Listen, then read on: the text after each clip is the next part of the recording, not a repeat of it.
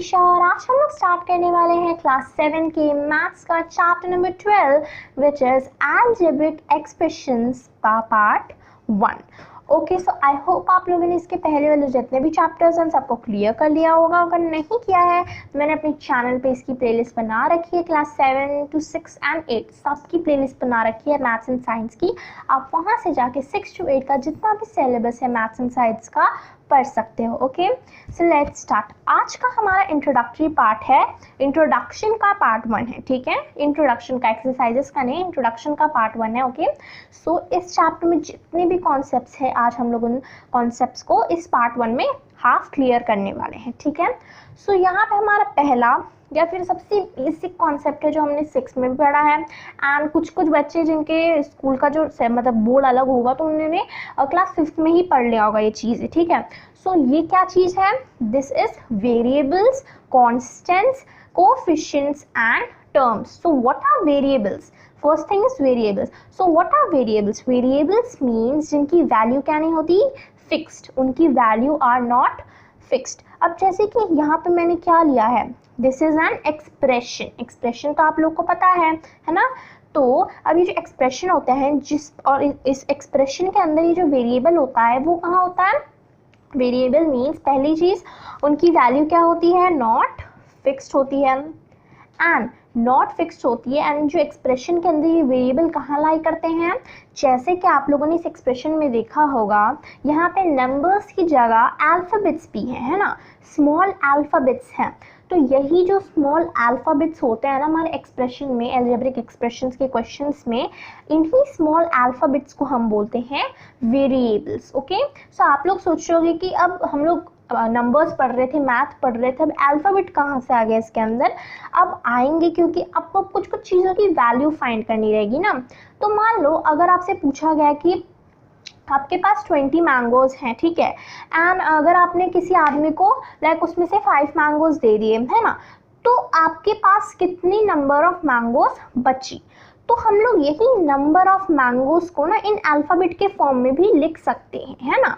इन alphabet के form में भी लिख सकते हैं। Let the number of mangoes be x y l m, कुछ भी लिख सकते हैं। ओके, सो उनकी जो वैल्यू होती है वो फिक्स्ड नहीं होती है, उसे हमें फाइंड करना पड़ता है ना? आप लोगों ने मतलब देखा भी होगा। Okay, so variables are clear.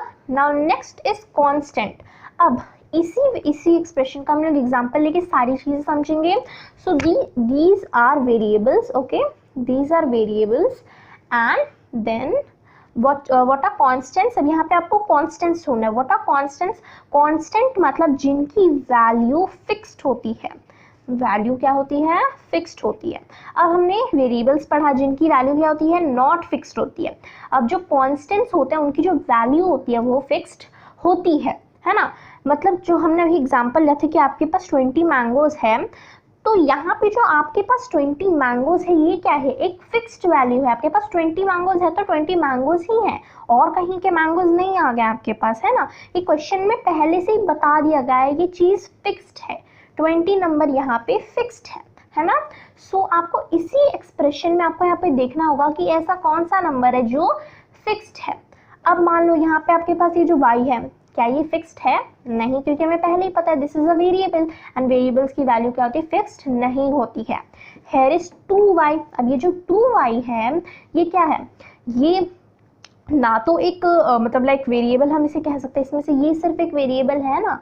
अब ये जो 2 इसके साथ लग गया है ये क्या बन जाते हैं? दोनों साथ में एक कांस्टेंट नहीं रहते हैं, क्योंकि यहाँ पे देखो y की जो वैल्यू है वो तो फिक्स्ड नहीं है ना? अब जब यहाँ पे 2 है तो 2 इसके साथ मल्टीप्लाई हो रहा है, तो कोई अगर फिक्स्ड वैल्यू किसी नॉन फिक्स्ड वैल्यू के साथ मल्टीप्लाई होगी तो आंसर भी तो हम लोग खुद से नहीं बता सकते ना, वो आंसर भी नॉन फिक्स्ड ही रहेगा, है ना?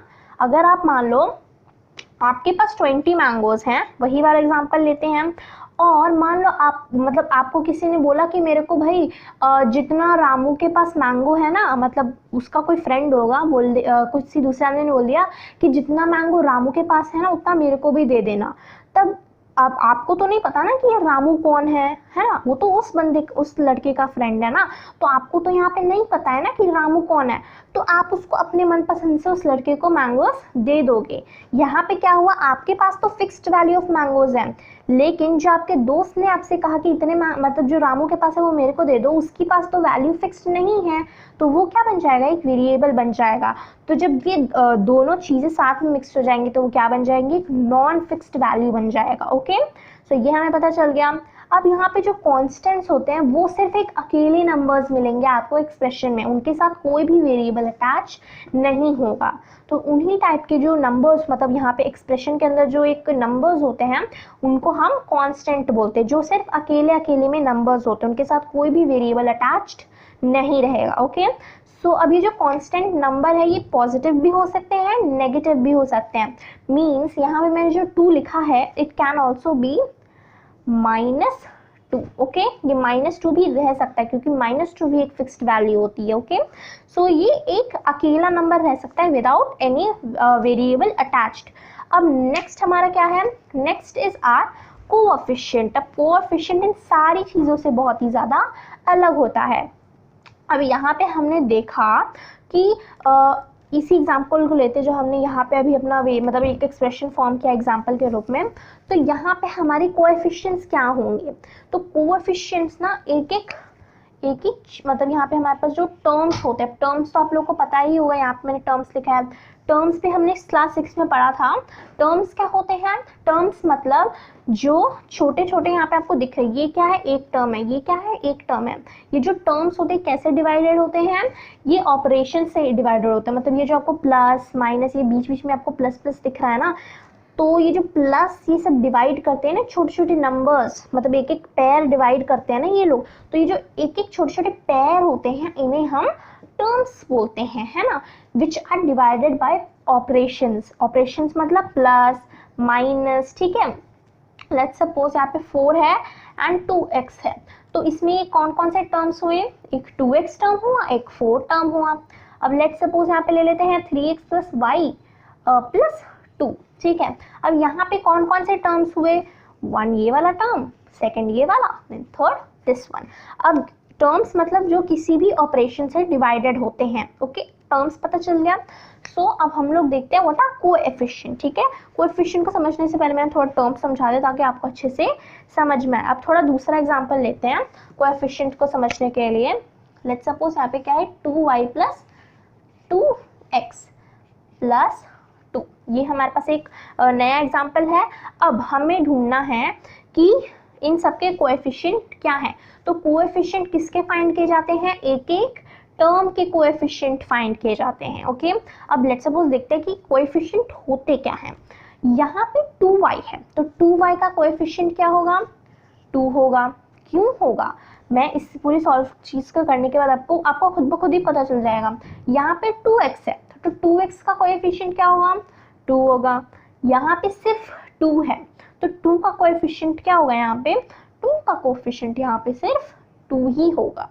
अब इसका मतलब समझते हैं, यहाँ पे कोएफिशिएंट का मतलब ये है जो वेरिएबल के साथ जो अलग से नंबर अटैच्ड होते हैं ना।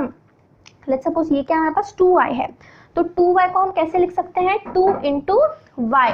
यहाँ पे क्या है, दो चीजें हैं, है ना, एक वेरिएबल है और उसके साथ एक नंबर भी अटैच्ड होता है ना। तो ये जो नंबर होता है ना, इसी को हम लोग क्या बोलते हैं, कोएफिशिएंट बोलते हैं, जो एक वेरिएबल के साथ अटैच्ड रहता है।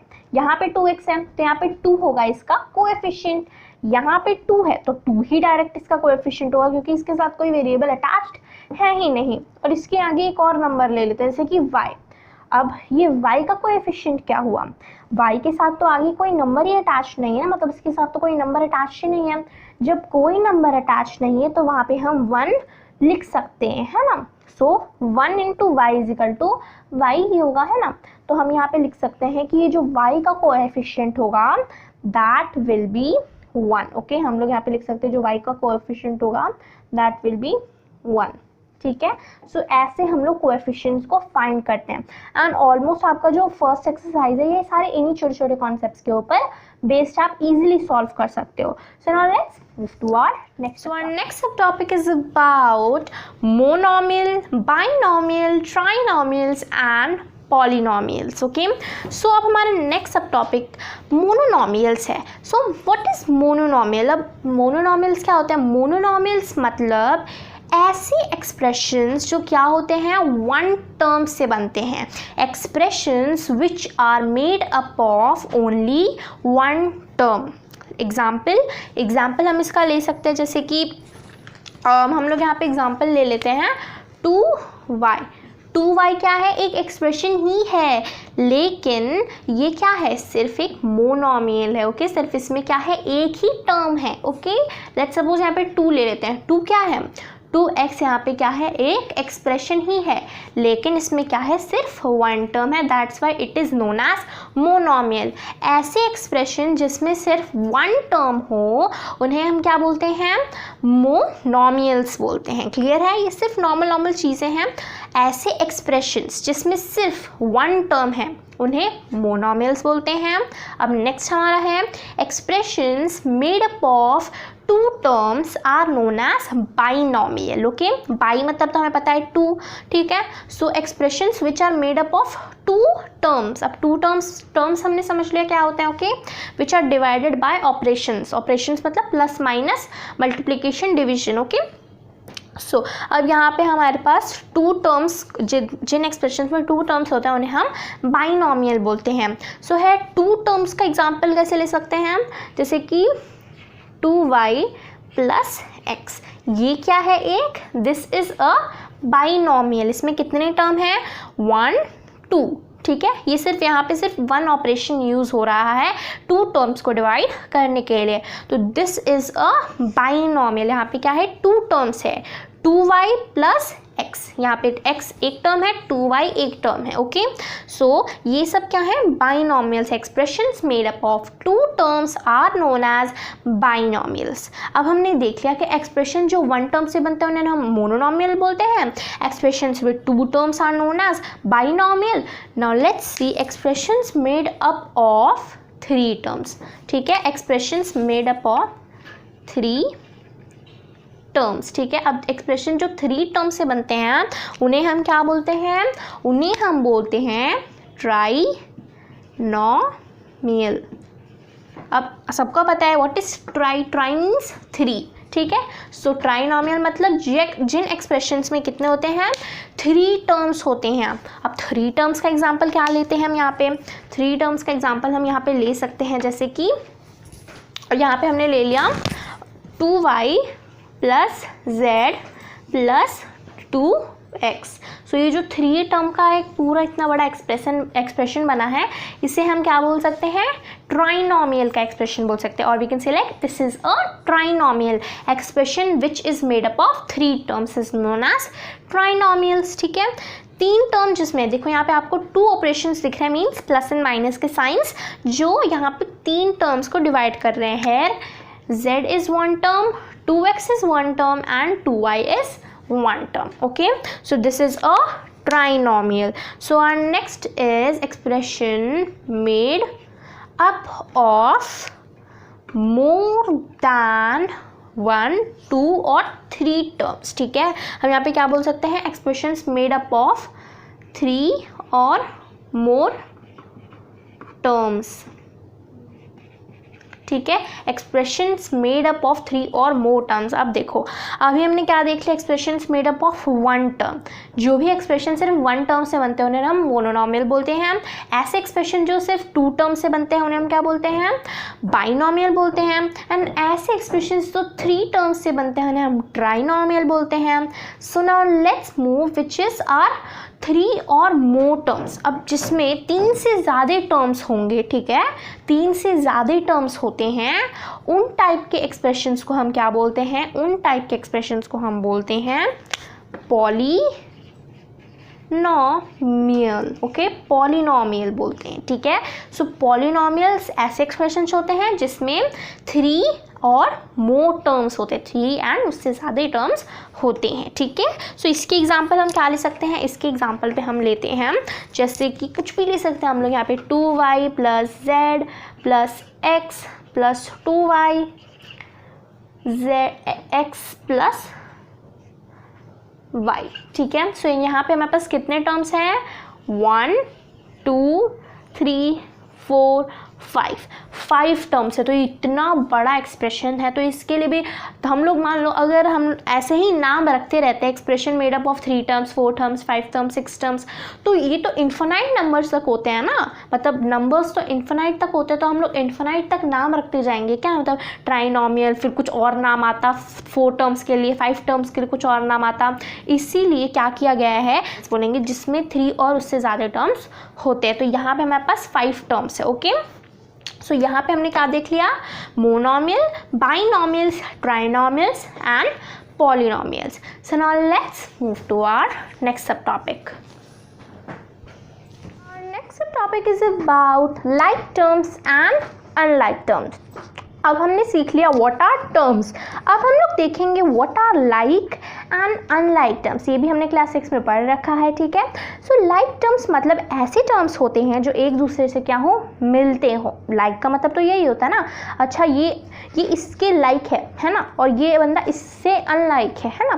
अनलाइक मतलब जो एक दूसरे से मिलते नहीं हैं, लाइक मीन्स जो एक दूसरे से मिलते हैं। एक्सप्रेशंस में भी सेम चीज़ें होती हैं। लेट्स सपोज यहाँ पे आपको क्या गिवन है, यहाँ पे आपको गिवन है 2 एक्सप्रेशंस। क्या गिवन है यहाँ पे आपको, 2 एक्सप्रेशन गिवन है अलग अलग, ओके। सो यहाँ पे आपको 2 एक्सप्रेशंस है। First expression is 2y plus 4x plus 3, second expression is 3y plus 7 plus 6x, okay, 6x यहाँ पे, ठीक है। सो अब हमें इसमें से फाइंड करना है इन दोनों टर्म्स में से कि कौन से टर्म्स लाइक हैं एंड कौन से टर्म्स अनलाइक है, ओके। सो पहले देखते हैं लाइक टर्म्स। इन दोनों टर्म्स में से 2y और 3y क्या है, एक लाइक टर्म है। देन 4x 6x क्या है, एक और लाइक टर्म का पेयर है। देन अब यहाँ पे 3 और 7 एक और लाइक टर्म के पेयर्स हैं। अब यहाँ पे आप लोग देखो कि मैंने ये लाइक टर्म्स के पेयर कैसे फॉर्म किए हैं। वैसे तो आप सबको पता ही होगा what are like terms and unlike terms, लेकिन आप एक बार फिर से मैं समझा देती हूँ आपको अच्छे से डीपली, क्योंकि 6th एंड 5th में हम लोग ये सब पढ़ लेते हैं, ठीक है। सो लाइक टर्म्स मतलब यहाँ पे देखो 2y है 3y है, तो इन दोनों के साथ में क्या है, एक ही वेरिएबल है। इसका मतलब ये दोनों क्या बन गए हैं, लाइक टर्म्स बन गए हैं, है ना। यहाँ पे क्या है 2y है, इसके साथ भी क्या है 3y है ना, दोनों के साथ सेम वेरिएबल है, that's why they are like term. अब लेट्स सपोज हम यहाँ पे कर लेते कि एक में क्या होता है 2y होता और दूसरे में क्या होता 3y होता, लेकिन 3y स्क्वायर होता, तब भी क्या ये दोनों लाइक टर्म्स होते, नहीं, क्योंकि अगर इसमें स्क्वायर है तो इसमें भी अगर स्क्वायर होता तब फिर ये लाइक टर्म्स होते। अगर इसमें स्क्वायर नहीं है दैट मीन्स ये दोनों अब अलग अलग नंबर्स है और we can say like unlike terms हैं, एक दूसरे से बिल्कुल मिल नहीं रहे। अब लाइक में ऐसे होने चाहिए, मतलब सब कुछ एक दूसरे से मिलना चाहिए, ठीक है, मतलब जो वेरिएबल्स हैं आपके पास वो सब कुछ एक दूसरे से मिलना चाहिए, ठीक है। यहाँ पे 2y है यानी यहाँ पे 3y है, इसका मतलब जो नंबर्स हैं दे आर सेम, वो तो मतलब जो नंबर्स हैं वो अलग अलग हो सकते हैं, लेकिन जो वेरिएबल हैं वो सेम होने चाहिए, ठीक है। वेरिएबल हमेशा सेम होने चाहिए, जो नंबर्स हैं वो भले ही अलग अलग हो सकते हैं, ओके। ये हमने सीख लिया यहाँ पे लाइक टर्म्स के बारे में। अब इस वाले एग्जांपल में देखो 4x एंड 6x, मैंने इन दोनों एग्जांपल्स में से लिया है। 4x एंड 6x क्या है यहाँ पे लाइक टर्म्स है।